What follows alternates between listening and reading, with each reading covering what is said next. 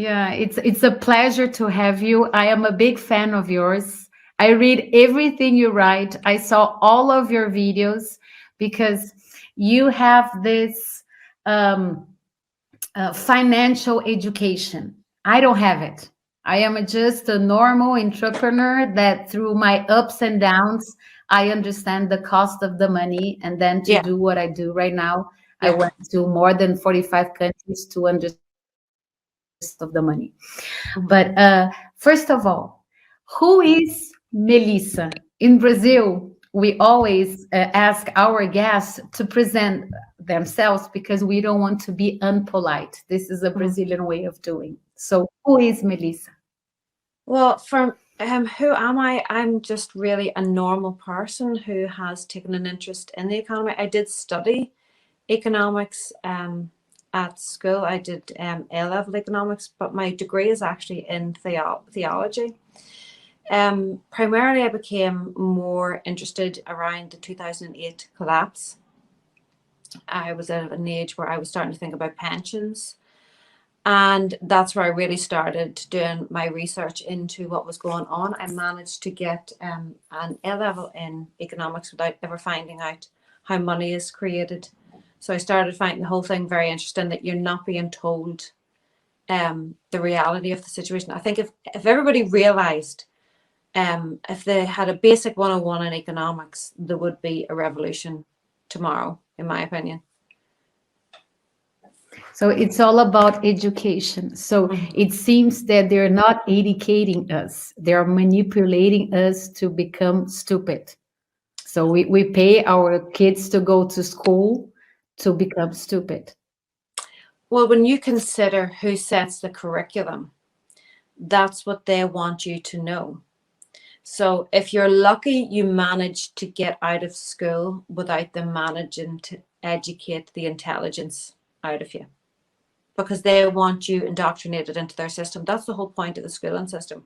We're really learning this through the medical side of things, that what is perceived as alternative wasn't alternative 200 years ago. That's what medicine was, but now it's perceived as alternative, and it's really being shut down as if there's only one form of medicine. I don't agree that there's one form of anything, but with economics and the money supply, if they were to teach a 5-year-old that money is created out of debt, it's created out of nowhere, and there's a certain portion of the population that can create the money, and the other portion of the population get to borrow that money with interest, even a 5-year-old would question um, how that is a fair system, because it's not a fair system. But the thing about currency is it works really well as long as nobody questions it. When people start to question it, which is happening right now, it falls apart really quickly.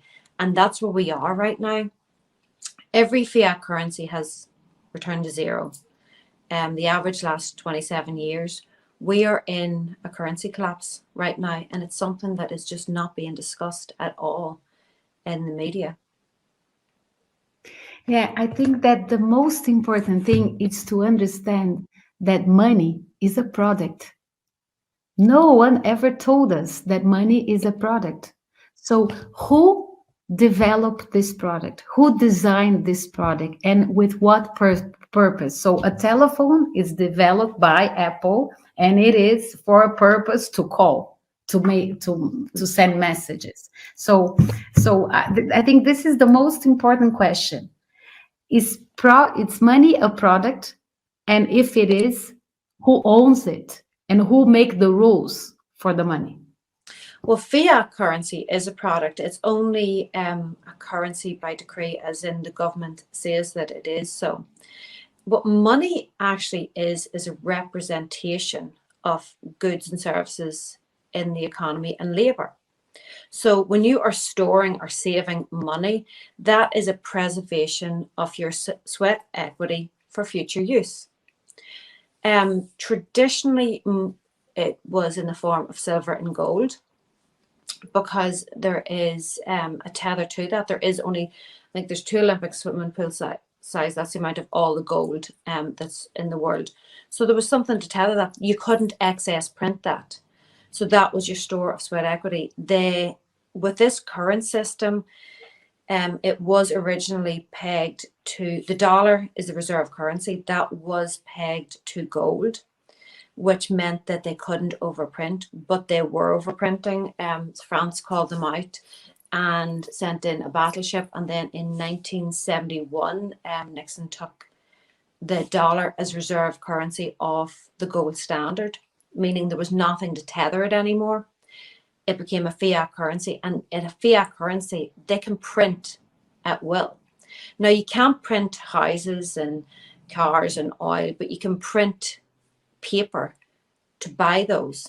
But with the way money printing works, inflation, money creation is inflation. The consequence is higher prices. The reason with the quantitative easing and the money printing back in 2008 onwards, the reason that it didn't really have an inflationary effect is that it wasn't helicoptered right into the population. With the current situation, with the money printing, it's been given straight to the population. This is what is creating this inflationary environment. Inflation tends to track, monetary policy tends to track about 12 to 18 months lag time. So what we're seeing now is the effects of decisions that were made 12 to 18 months ago in terms of money printing. It's not, yes, the situation in Russia and Ukraine is going to have, inflation isn't exclusive to money creation, but money creation is inflationary. So yes, with the situation in Russia, with a reduction in supply, that is going to exaggerate the problem of inflation. And we are currently in a superinflation, and that can very easily tip over to hyperinflation, which we're starting to see now. We're seeing that now in Sri Lanka. We're seeing the prices increase, fuel prices increase 60% within 24 hours. Bread increased 30% within 24 hours. That's the hyperinflation situation. And we are really in danger of tipping over into that now. Hyperinflation won't last. It's not going to be indefinite, and the far side of that is more likely going to be a deflationary economy. But we have hard times ahead of us. And this was all, they were aware of this from 2008. In 2008, the system died due to the debt-based, we're in a debt-based economy right now, meaning that money is created from debt. So if you want more money, you have to have more debt. If you want less debt, you have to have less money. That's the way this current system works. This is why they have encouraged you to find new creative ways to get into debt. It started just with mortgages, and then it was car loans, and then it was loans for furniture, student loans, everything. You can get a loan now at this stage for absolutely everything, because that's what expanded the economy. But that collapsed under the weight of its own corruption and greed in 2008. They never fixed the problems in 2008. They just kicked the can down the road until 2019. In August 2019, there was a meeting at Jackson Hole. That was the bankers and economists, where BlackRock kind of put forward the idea. They anticipated a crisis in August 2019, and should there be a crisis, the central banks would go direct, meaning almost cut out the commercial banks.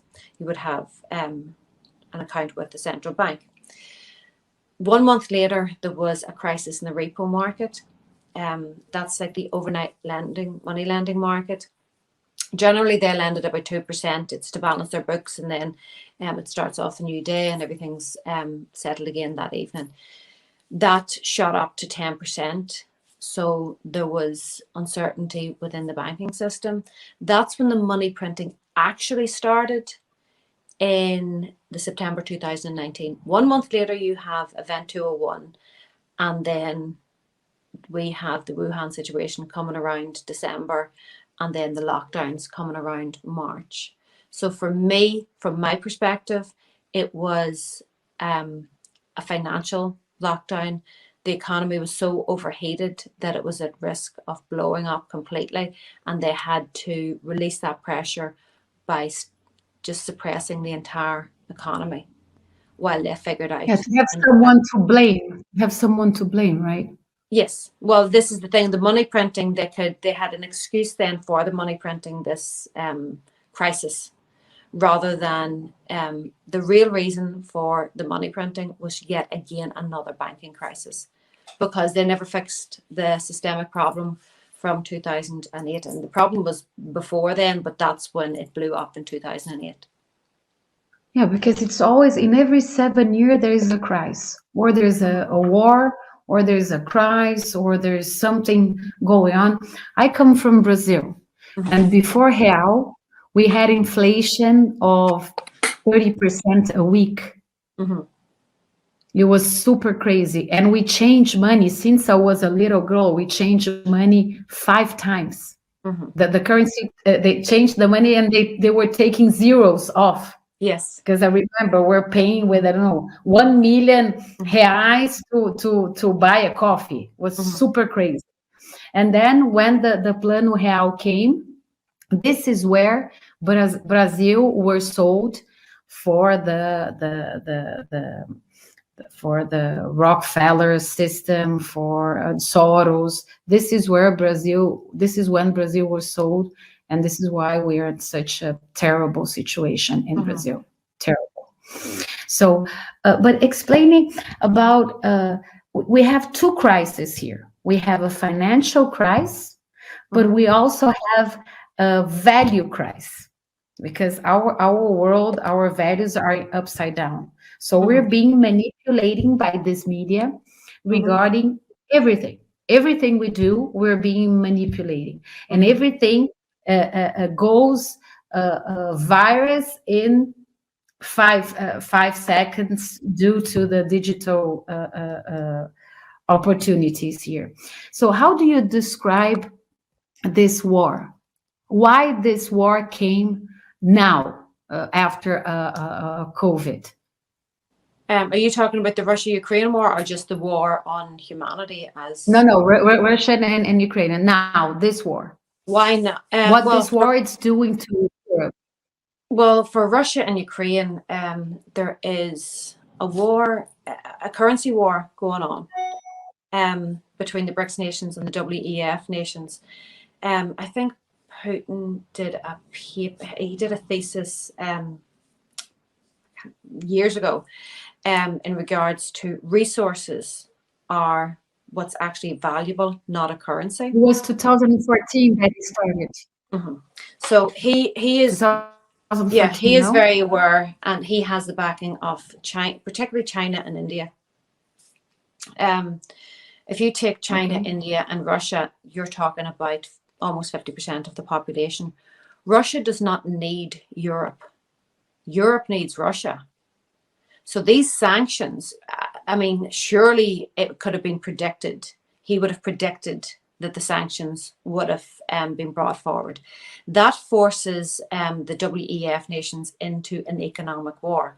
Now, is Russia capable of a military war? Yes, with the weapons that they have, they are very capable. But such like war has a possibility of wiping out all, if not a portion of humanity. So it's not a war that we want to get into. So it was more strategic. It was an economic war. Being aware of the sanctions, it was, I think, Biden came out and he was going to reduce the ruble to rubble. What Putin did was temporarily back the ruble to gold. That stabilized the ruble, and the ruble is now higher than it was beforehand. Russia has gold. Russia has rare earth metals. Russia has the fuel that is needed by China. So in terms of a commodities basket, to move away from a fiat currency that is backed by absolutely nothing, it does seem to me that the BRICS nations are moving towards either backed by certain commodities. You don't know what it could be a commodities basket, but them having the, as I say, the gold, they have the gold, they have the rare earths. Rare earths are crucial to technology. and the BRICS Mhm. nations are the leaders of the rare earths. They're also the BRICS nations, China, Russia, they're putting in India as well, the nuclear power plants. The West can be left in a technological darkness if they do not have access to these rare earths, and they're not building their own energy plants, which they're not doing. So there's a kind of an attempt to take over in terms of universal basic income and control, because when you realize that the currency is backed by nothing and you're in a currency collapse, what situation is your particular country in? What has your country got to offer in terms of resources? Because at this stage, America is, for me, there are people be arguing against you. I would say the day that sanctions were imposed against Russia was the day, I think you look back in history and see that as the day that the dollar lost reserve status. Mhm. America doesn't produce Yeah, anything. especially with the BRICS power. Mm-hmm. Brazil is into BRICS, Mm-hmm. uniting Brazil, Russia, India, Mm-hmm. China, and South Africa. Yeah. We're superpower, Yes. extremely power. But Yes. how come countries that have all these natural resources Mm-hmm. cannot move forward? They are always stuck with the debts that they have with Fed. What is Fed? Can you explain what is Fed from a normal entrepreneur from Brazil? What The, is Fed? the And how reason come they rule the cost of the money or the money? with the way the money is created, like I say, it's created from debt. The question is Mm-hmm. always, who do we owe the money to? For me, Okay. it's fictional. It's not actually real. It's a concept rather than a reality. And I feel that was more or less proved in the 2008 collapse, when the money was given to the banks to bail out the banks, but it was really only done on balance sheets and on paper. It's almost like we're borrowing from future generations. So the debt-based system was a monetary experiment that has failed. We are no longer going to be in that system. And it doesn't matter, BRICS or WEF, we're moving completely away from that system. We're moving into a system of credits. So they don't want you to be a consumer anymore. Because if you look at any commodities, they were always like that until about 200 years ago, and it just absolutely went like that for everything. So their perception is that there's shortages, so we need to ration these out, and we need to put a hold on this energy usage and resources. And every single resource has taken just an absolute upward move. So they're looking towards more giving you an allowance. This is the concept behind the whole carbon credits that will be linked to social credits for obedience, and then you'll be given an allowance for everything. That is the whole IMF concept of you will eat with less meat, you will own nothing, and you will be happy. That's what they're moving into. They're looking for a new system. Their old system, it's not that it was broken, it did what it was designed to do and expanded the economy and everything got built. But now that system cannot be maintained. We cannot continue to be consumers, because what's happening is the so-called third world countries are now being elevated in stature. So they want a piece of the pie. So there can't be this system of the West having all the luxuries at the expense of poorer countries. That system has come to an end. So they're moving us into a new system of credits and allowances and compliance. And that can be done through a central bank digital currency is essential to that. It's total control. And you link central bank digital currency to artificial intelligence. And that is an enslavement for, I can't see how humanity could get out of that level of enslavement. Yeah. So the other day we're talking over the phone because we Mm-hmm. were thinking about doing a FreedomeE cryptocurrency Mm-hmm. based on productivity. Mm-hmm. More people producing, selling, connecting. They're producing, food, Mm-hmm. bags, everything they Mm-hmm. need Yeah. through the commodity, to the community, and then make this own money. And then you said to me, Francesca, watch out for the cryptocurrencies. So can you please explain to a normal entrepreneur or woman what is cryptocurrency and if it is a good thing to invest? I personally have my reservations in regards to cryptocurrency. I think that I was always dubious at the time of Bitcoin coming out. It came out in 2009 after the 2008 collapse. It gathered traction fairly quickly through email, so I was always suspicious about who was behind it. For me, yes, has there been, do I have some? Yes.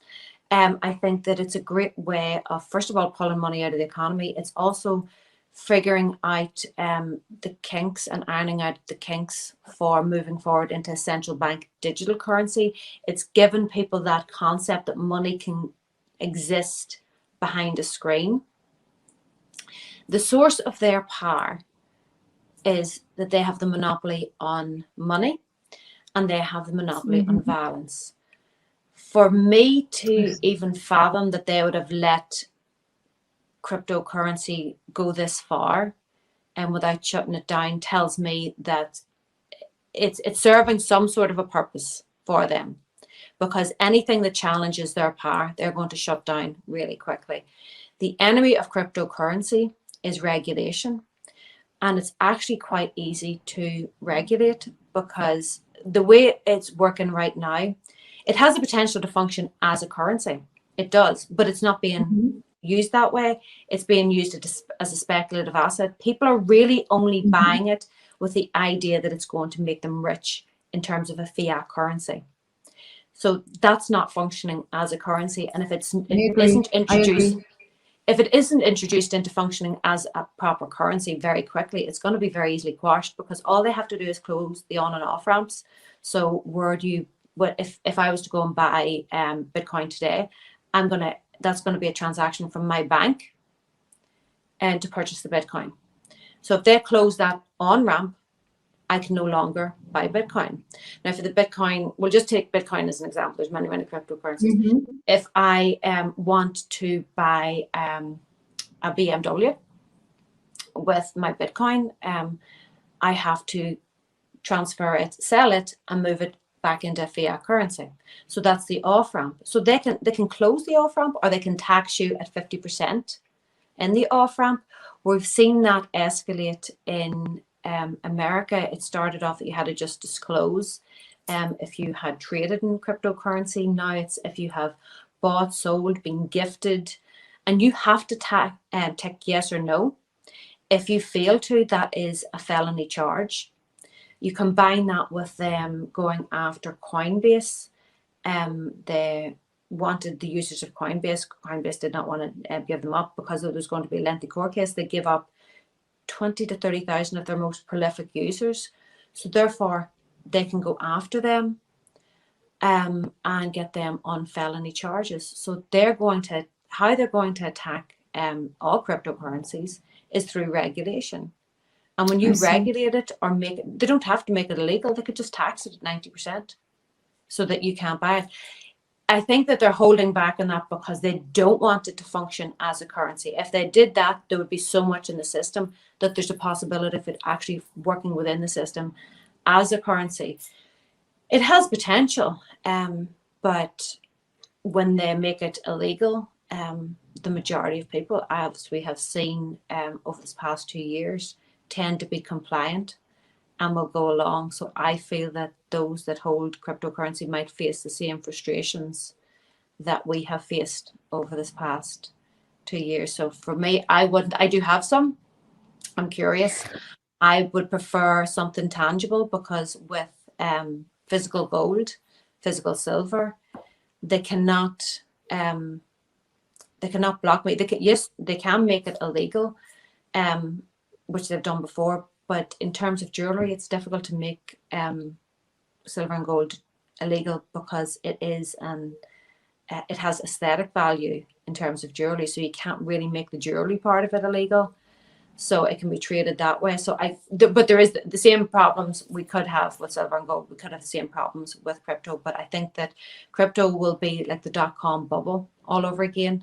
Very much the same idea. All these concept cryptos popping up with ideas, but with nothing behind them to ground them.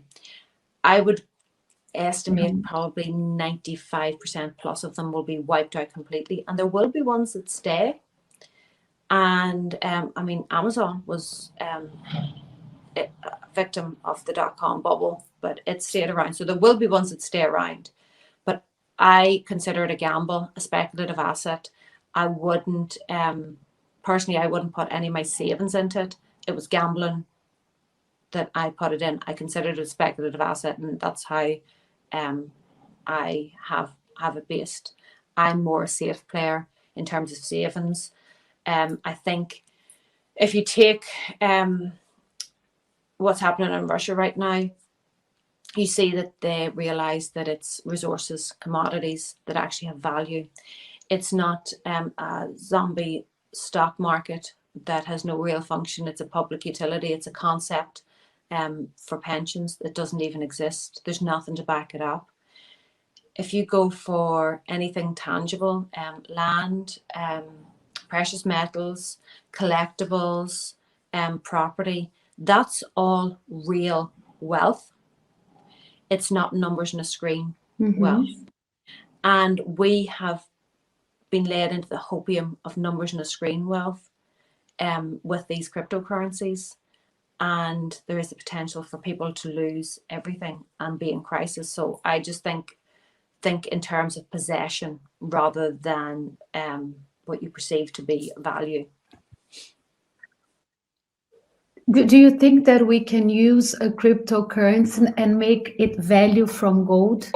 Like when I develop the vision of FreedomeE, because I want people of producing wealth, producing wealth, and then this wealth, you go there and you invest in gold.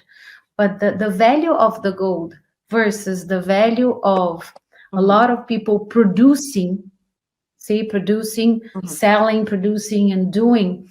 How do you think that we can balance that? You could create, if you had, because there is credit cards and stuff now that are backed by gold. And there's, if you look at fluid finance, they're kind of bridging the gap between banking and cryptocurrency.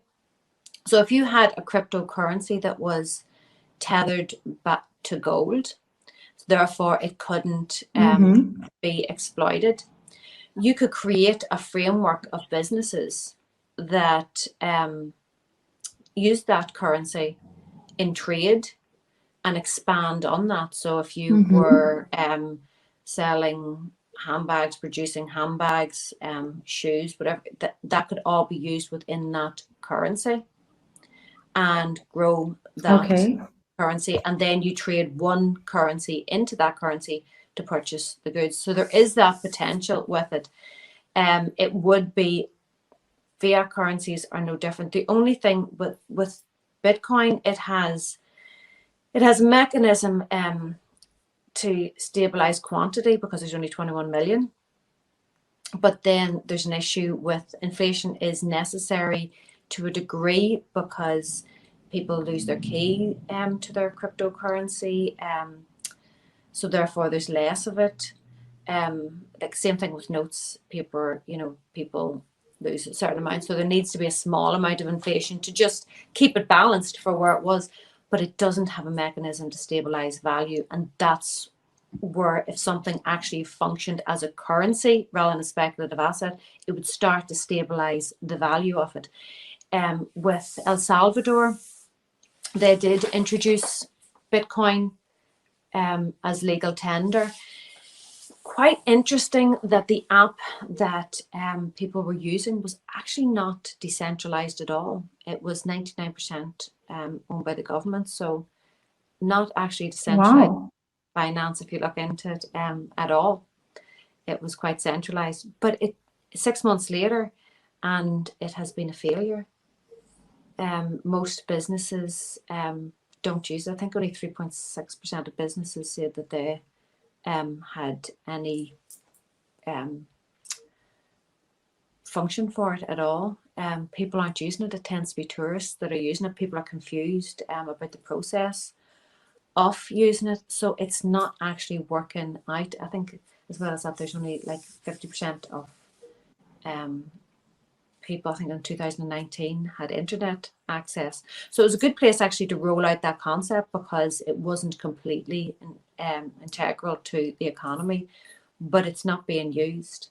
So that's an indication that the central bank digital currency is going to hit a lot of problems, because people aren't, there's so many people that aren't ready for that way of conducting business.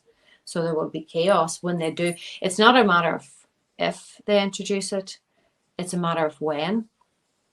It's not an option in their new system. The only question and variable is how long will it last? You had the French assignat after the revolution that lasted 6 or 7 years before the king and queen and bankers were executed. So it's a question of how long will central bank digital currency last. If they do get in this system, they have, it's individual monetary policy. They have complete control over your life, your finances, your life. They can dictate where in the economy you can spend money. They can impose negative interest rates on your savings. So if you have £10,000 savings, they can impose, say, 10% negative interest rates. That becomes £9,000. They can do that on a monthly basis. They can decide that you've reached your allowance, your monthly allowance for meat, for fuel. We see that MasterCard, if you look on their website, they're now going to attach a carbon credit to every one of your purchases. And when you have reached your carbon limit, they will shut you off. That's on their website. So that's where we are moving towards. This level of control is only capable with central bank digital currency because this is programmable money. They can program it to the individual. They can decide that we think that you're drinking too much, we're going to shut you off from alcohol, we're going to shut you off from buying foods, we're going to shut you off from shopping outside of a 5-mile radius, from buying fuel outside of a 5-mile radius. It's unlimited control when this comes in. So that's, for me, I'm trying to create an awareness of where this system is going, and that's been brought in. It's already in China. They brought in the digital yuan, I think last October, and expanded it onto phones in early January. It's being brought in Russia. You have the Dia app in Ukraine. You have it. This digital ID linked with central bank digital currency is the new global system for currency. For me, for us, we're quite naive to think that they're going to give us any autonomy and have a currency functioning on our own, unless we demand it, because the people have always had the power and will continue to have the power, but people tend to be lazy and want to delegate their thinking to mainstream media. They want to delegate their responsibilities to the government, that the government take care of them. They want to delegate their parenting to schools. So you get the government that you deserve, and that's the harsh reality. But people need to be standing up and saying, no, we're not going to accept your currency, your control. We're going to create our own currency. And that it could be an absolute plethora of cryptocurrencies that can be traded within each other. So there is the potential there, but right now it's not functioning like that. Yeah, it's so crazy when you understand that everything is going to one direction, and globally speaking. Yes. And to be honest, it was always in one direction. But without the internet, without this Google that you can be connected with everything, we had no idea. We're living in our normal lives. Yeah. But now we see that everything is going to the same direction. What is going to happen? Yeah, what is going to happen to Europe? So Europe, so the Russia, Brazil, China, India do not need Europe, but Europe has a lot of technology and knowledge that we don't have in the underdeveloped countries. But you have the rare earth metals, and with the rare earth metals, you can hold back Europe. So Europe might have the skills and the ideas, but without the rare earths, these electronics can't be created. Even with green technology, the rare earths are essential for that. What I would see happening in Europe is more likely than not a fracturing of alliance. There's some that will maintain an alliance to the WEF, and others will move towards Brexit. Germany is in a dire position right now, because they have the businesses sitting fighting back, saying, with these sanctions, you're destroying German businesses, and they are more into community banking. So Germany functions differently in that they have lots of small businesses. That's how they're set up, and that's why they're so successful. And that's being attacked right now. So I'd be interested to see what the pushback is in Germany, which is dependent on Russian fuel. But generally, all over Europe, you have 40%, an average of 40% dependent on Russian fuel. So while they are pushing these sanctions, it is a case of them punching themselves in the face, hoping to hurt Russia, as you say, and I'm in complete agreement. Russia does not need Europe at all. With the alliance with China and India and just BRICS in general, Russia has positioned itself very well in that alliance to come out quite high in the currency. Right now, the currency is in a free fall, and it's a race to the bottom. So the fight is for positioning the currency, the global currency, at the far end of this. And that's where Russia seems to be hedging themselves. Now, if you look, they have been buying up gold from 2004, almost back in their currency by gold. So when they increase their currency, they're buying up gold. China, I think according to Gold, World Gold Council, they're saying that they have about 2,000 tons. China never export any gold, and they have exported since 2000, I think, 7,000 tons. So that figure is completely askew. It's more likely, if you do the maths, it's quite probable that it's around 31,000 tons of gold. So, and 15,000 of that would be in the hands of the government. That's double what America has. China is the dominant force moving forward. If they back the yuan with gold, now it won't be backed, it'll be pegged to, because there would be enough for a backing. But if they peg it to something like that, it's going to really do damage. And I feel that that's what Russia is doing. Russia is flexing by pegging the ruble. It's only like a 3-month window, but they're basically firing warning shots, seeing what they're capable of. And if they were to just say, okay, we're just going to cut off all energy to the rest of Europe will be in chaos.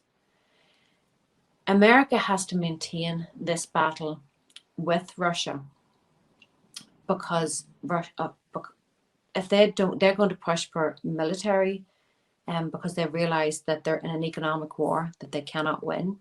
So they're going to try and force through a military war to crush Russia. I don't see them succeeding in any of that. But I don't see any other way out for America. They have no cards left to play. Yeah, this is, and if America fails, South America will fail with them. Even though Brazil is very rich in all the natural resources, our economy runs through the vision, the mission, the strength of the America. Yeah. So it's extremely complicated.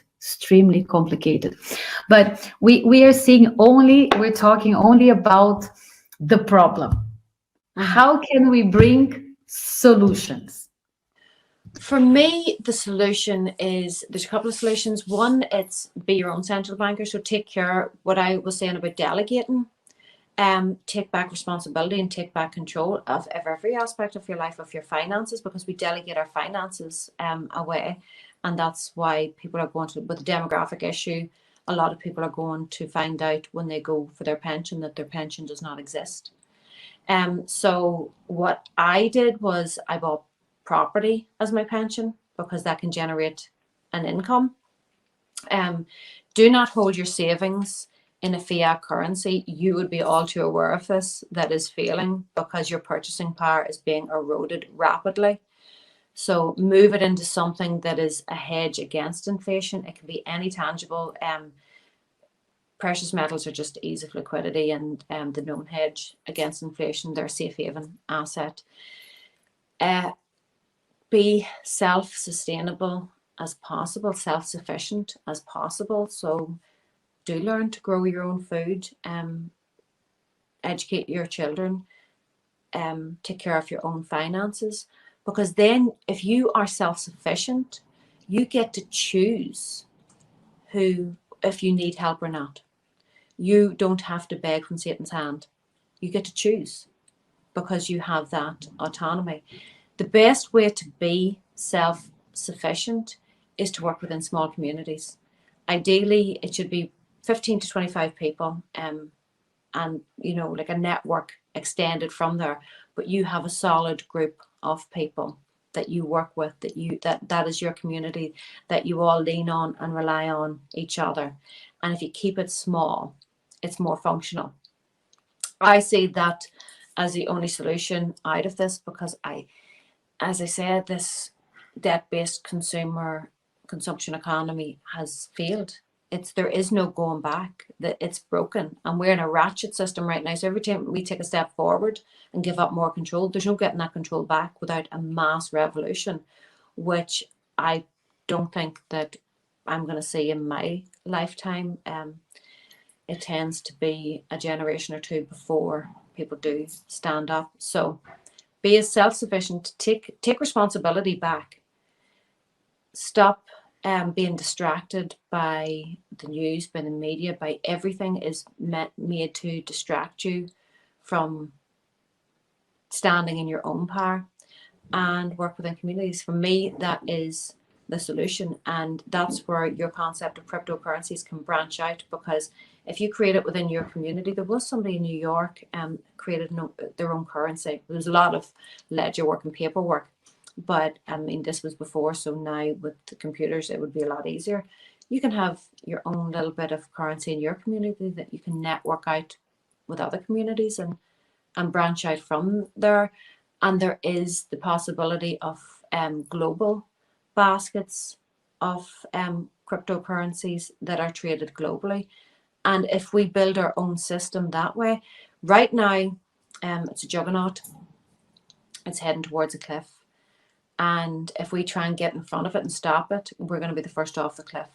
So if you create a different infrastructure, those on the juggernaut can jump off onto it. They're afraid so they're jumping into nothing, so they're just going to stay on. But if they see communities being built and an infrastructure of an economy and classes, then they're more likely to jump off, and that will expand. That for me is the only way I can see out of it. I do agree with them that we do need to move back into a circular economy. With the debt-based system, everything was made to fall apart in 2 years. Get new, another one, replace, constantly consume. Their idea is you will own nothing and be happy. You will rent what you need. That's because they plan to go back to how it was before, where things were made to last instead of made to fall apart. So you had to, replace. So I would agree with that part. Personally, not a fan of the huge consumer lifestyle anyway. I don't like waste, and I think that we have become very wasteful, and it's not making us happy. I think if we move back towards communities, we'll be a lot more happy in our own lives anyway. No, that's for sure. We first of all, with all this technology, we are never happy. We're always seeing what is coming next, what is coming next. Yeah. You are in a place and you want to see what is next. We're not appreciating life anymore No. as a global community. For sure we need to change that. When I developed FreedomeE, I was very stressed about people from underdeveloped countries. Mm. So Brazil, we have Europe in Brazil, we have Africa in Brazil, and we have uh, Bangladesh in Brazil. We have Ethiopia in Brazil. So we have the first country, we have the middle country, and we have the third country in Brazil. It's a huge country. And and we have lack of education in some parts, lots of education. We have a lot of corruption. Brazil, it's divided in in areas that we have this areas feudalism system. So this is why Brazil, it's not Argentina, because we still have a area feudalism system. But thinking about a woman, especially in the third world country, women are the ones who take care of the children. Man doesn't care. So they are the ones that bring up the food and bring up education and organize the family so the kids won't go to prostitution or to drug dealers. So when I thought about FreedomeE, that thinking globally to see all the solutions that those small communities are bringing, because we learn from others, but acting locally. We have to think globally, but act locally. And then with the needs that we have, for instance, there's a lot of place in Brazil where you don't have energy, where you don't have water. The same thing happens in Africa. The same things happen in Asia. So how can we help now these people to be connected to globally, to have the basic things, and then after starting to organize themselves to grow? Because I understand that with nothing, with that poverty that I saw, I went to study this guy from Bangladesh, Professor Yunus. He earned the Nobel Prize in India for lending money for more than 90 million women in India, Bangladesh, and Pakistan. And he was lending from $50 to $500. And he was asking interest of 33% a month of these ladies. So I will give you, have one cow, I will give you money to take care of 6 cows, so you'll be able to give milk to 6 families. The other one will have money to produce 24 chickens. That would be And this is how, but yeah.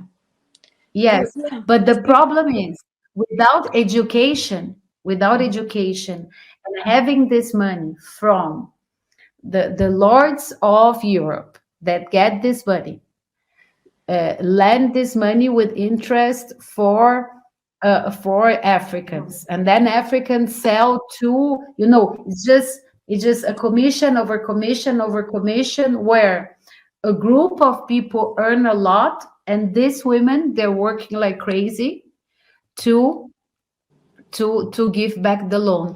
And if they have a stomachache, so I have 10 cows, but I put my son to go to school. I didn't go to school. And my son needs to buy a pencil, and it's not in my budget. If I buy the pencil to him, I won't be able to pay back the 33% of the interest. And this is where the conflicts started to go. And then people, they're lending the money, say, oh, but you have 60% of risk that she's not going to pay it. Of course, because the money without education, the money without opportunities for these people to grow, not to earn only the money that you said that she's going to earn, it's going to flunk. So how can we help those communities now? Because there are millions and millions of people that have no basics.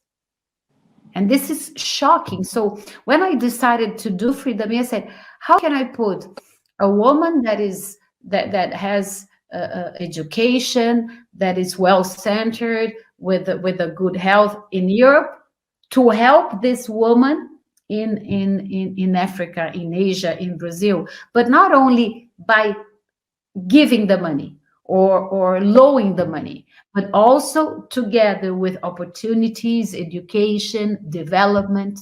So this is why I think that uniting the communities there are in different levels, and to see how can we help each other. So here I have a community in UK of 25 people, but imagine in Bangladesh, in India, in Africa, even in Brazil, that they have loads of children, the population is huge. How can we organize those communities together?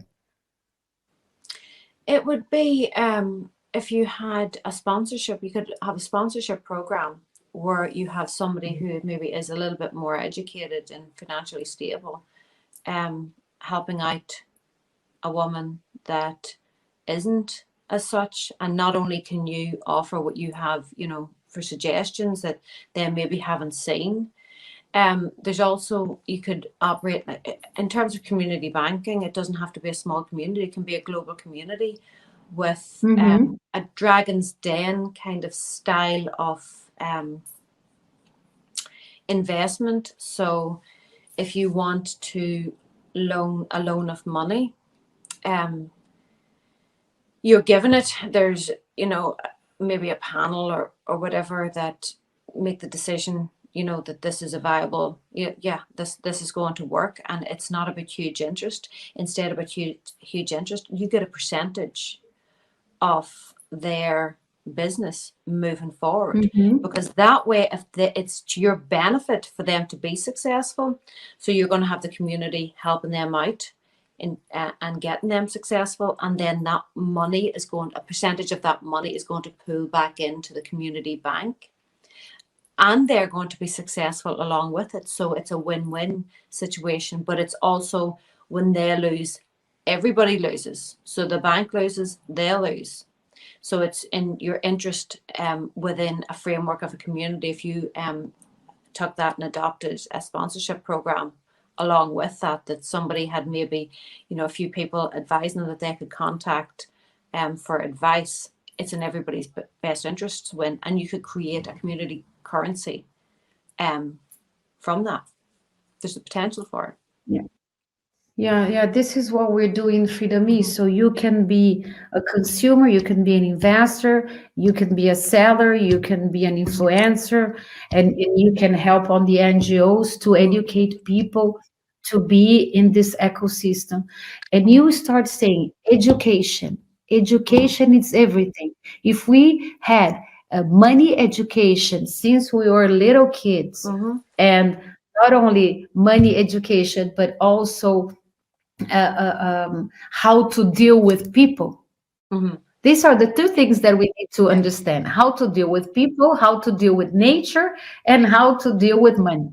If we knew this, the rest, it's not that important. This is the most important. This is how we construct a community. But it's education. Also get away from the idea that you need to get rich. There's this idea that, well, generally when you get rich, it tends to be off somebody else's sweat equity, and I think that we need to move away from that. And if you create a community, you're not as interested in being wealthy as you are with a community. It's with the world in a global scale. It's about what can I get for me. When you operate within small communities, your perspective changes, and it's what can I do for my community. So that's why if you keep it small, but you can create that concept on a global scale by connecting people, because then it's, well, what I am sponsoring this lady. And the thing is, then you have people that are more capable sponsoring you, and you can go to them and it's like, well, what can I give them today? And if you are seeing a face behind a screen, because we have this ability now, there is this wanting everything to be human, computer, human, but we can take advantage of that we have connection with the people. Then you're not as likely, if you're seeing these people, you're not as likely to want to be greedy. You're going to be more willing to want to give back and keep it small. Like create, you can create you can have lots of different communities of 15 to 25. It can be your community, that the people that you actually see. It can be a global community if you're 15 to 20 people that are in a similar profession to yours. You know, you can have lots of those, and you actually have a face behind it, and you're setting up relationships with people. And you want, when you have an awareness of another human being, you're more likely to want to see them succeed and want to help them. Because when they're Yeah, so bring back trust to our daily business, daily consumption. Yeah. Trust. I think trust is the way to go. Have you ever been to Brazil, Melissa? No, I have not. I'd love to go though. No, you have to go. We're putting together groups of women that they want to learn about money, because in our education we weren't educated to talk about money. We weren't educated to give a price to our services. So I think, I don't know if it's due to the Catholic religion and now to the Protestant religion that we have in Brazil. So it's not beautiful to talk about money. So if you have money, you are insane. See, it's complicated. But now I see that not only in Brazil, but for all those 45 countries that I have been, Salvador was one of them. Women are not afraid of asking for help. So I think that women, like when I called you and I said, Melissa, I am a huge fan of your work. I read everything you said. I think you say things in a very, one plus one is two, in a very easy way to understand. And I think this is the kind of education that we need. Simple education. To understand how things go, and with this information, how can we move on? So have you ever think about giving, I don't know, courses about how to invest your money, where to invest your money, how to do economic plan for your life? You said, no, you have to be self-sufficient. How can we be self-sufficient in an easy way? For Buy me, land. Robert Kiyosaki's book was it was probably one of the best ways of describing it. It's the difference between what rich people teach their kids and what poor people teach their kids. And what rich people teach their kids is you take an amount of money, you invest it, you figure out a way. So you say that you have, it's £3,000 a month that it takes you to survive. So you need to figure out a way of generating an income to meet that £3,000. So that you have that, so that so you go out and work and figure out ways of making that happen for you. And you take your money, you invest your money. So you start off with £100, you figure out how to make that £100 into £200, that £200 into 300, 400, 600, 2,000, etc. And then you maybe buy a property, and that generates you an income. And there's a million different ways of making that happen. And then when you reach that's my outgoings, my ingoing, and my ingoings match my outgoings, and then you expand from that, and you keep on investing. That's what rich people teach their children. So and at the end of that, you buy your Mercedes, and you buy your handbag, and you buy all of that, whatever it is that you want. But your original purpose is, to take that money, add to it, add to it, add to it again. And what poor people tend to teach their kids is, if you get £1,000, go and buy something that has a label on it, or something that makes you look rich. Instead of having instead of having the £300 handbag, have a £10 handbag with £290 in it that you're going to invest. So it's getting that idea into people's heads. It can be very difficult for some people to.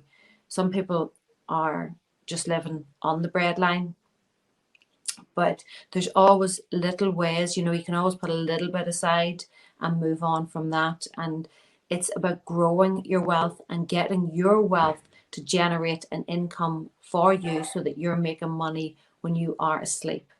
And that's when you're actually getting freedom, instead of constantly. But it's an age-old, like I said, I studied theology. My degree is in theology, and I could take you back to the time of Jesus, and what he was actually rebelling against was the exact same situation that we're in right now, that they realized that with these farmers, if they gave them loans, they wouldn't be able to afford the loans, because they could never make ends meet, and they would foreclose on their farms, and they could take over their farms and expand and make things bigger. This is the way it always goes. But we never, as you said, before we had the internet, we never had the information to piece it together, what was happening and what was going wrong. The danger of the internet now for agendas is that we have all the information at our fingertips, and we can work out solutions, because when we know the problems, we can work out the solutions. This is why they're moving into the misinformation drive, because it's not misinformation. We now are putting the pieces together, and we are at a time in humanity where we can really make significant changes that we are never here again with governments and centralization, that we are truly decentralized, that everybody has a chance, and a chance to work, and a chance to better themselves, and the education of knowing how it's done, and not being fooled into this concept that of what makes you important, that it's external things, of realizing that it is here about building a wealth and building a life, and moving on the world in evolution into that agenda, rather than just the constant greed. Because what I say to people is, well, you have two bank accounts. You have your financial bank account, but you also have your spiritual bank account. And that's where if you want to know what you own, die tomorrow and see what you own, because you're taking none of this with you.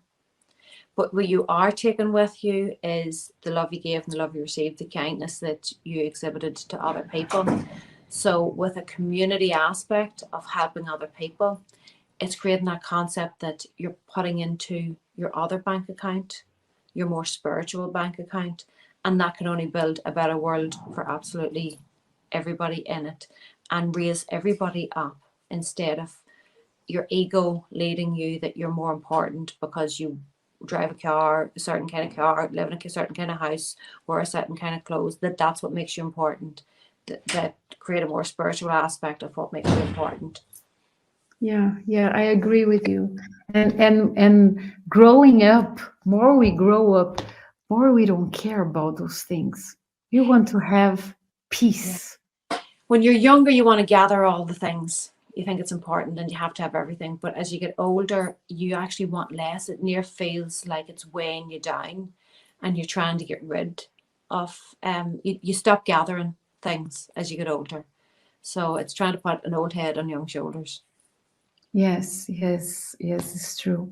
Melissa, thank you very much for your time. Thank you. For me, it's an honor to have you in FreedomeE. Let's see, how can we collaborate? How can we teach women how to invest, especially in third world country, and how can common people in Europe, how can they together can invest with their time, with their mentors, with their knowledge, with the low cost of the money that they have here to the developed countries. Let's see how can we move forward with this. I will send you everything about FreedomeE for you to take a look what we're doing right now. We are going to start having investors to invest on us, but I don't want to leave the purpose of FreedomeE. For me, the Yeah. purpose of collaboration, of having 5 incomes is extremely important. As you said, my grandmother, she ran away from Italy after the Second World War, and she got all her jewelry. When she arrived in Brazil, they were worth nothing, only the gold. And then she was always saying to us, you have to invest in gold. You can have fake jewelry, but Yeah. you have gold in your bank. This is what you have, because if something happens, you sell gold right away. And It's always had value. That's the thing. Do I know that cryptocurrencies are going to be around in 100 years? No. Do I know that gold is going to be around in 100 years? 100% yes. yes, so we have to have all the money, all the productivity that we achieve, we have to have it tagged in gold. That's for sure. Well, thank you very much for your time. It is an honor, and I want to do more and see how can I Yep, connect you with more people in Brazil or in other parts of the world absolutely. to have your knowledge. Thank you very much. I really Thank you. appreciate that. Good Thank night. you. Bye bye.